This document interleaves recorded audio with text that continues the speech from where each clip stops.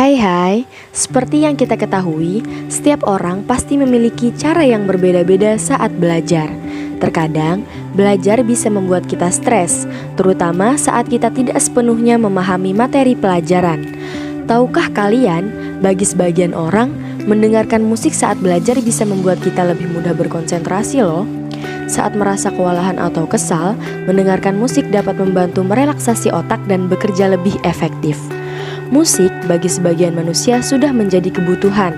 Dengan musik, kita bisa mengkondisikan diri kita pada tingkat ketenangan jiwa, di mana musik bisa menghibur dan menenteramkan hati karena mampu merangsang rasa bahagia yang dikirim oleh otak.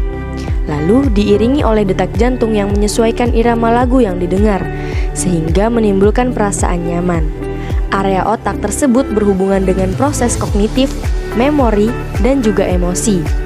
Dengan begitu, mendengarkan musik saat belajar akan membuat ingatan menjadi lebih bagus. Dari beberapa sumber yang kami rangkum, berikut merupakan beberapa manfaat mendengarkan musik saat belajar. Check this out!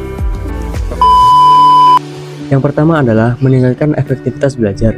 Biasanya saat mendengarkan musik sambil belajar, seseorang akan menjadi lebih bersemangat dengan irama musik yang dapat menyemangatinya juga.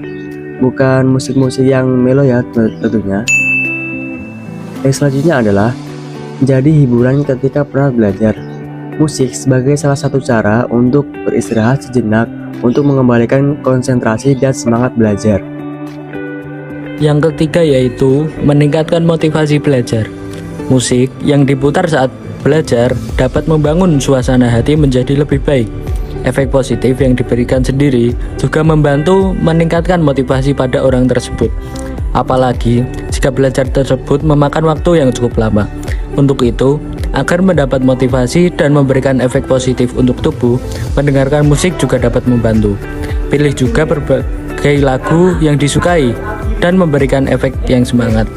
Nah, yang keempat, mampu merubah suasana menjadi menyenangkan dan menenangkan.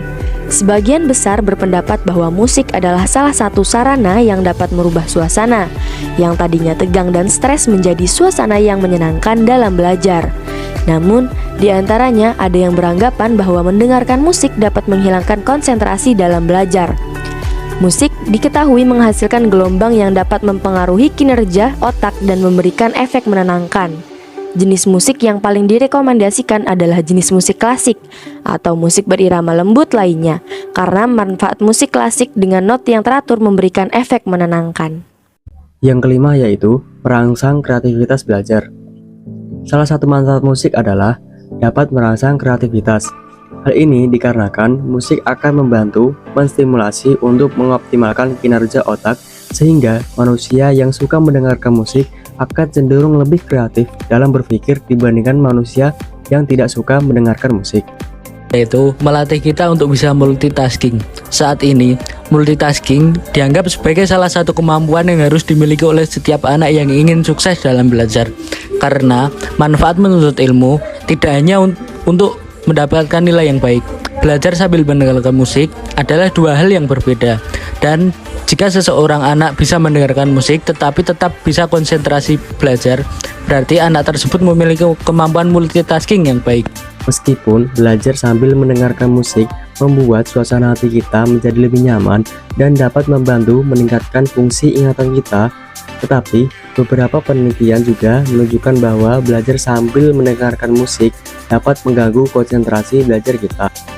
Belajar sambil mendengarkan musik, terlebih untuk kegiatan membaca dan menulis, akan sulit diserap otak untuk jangka waktu yang lama.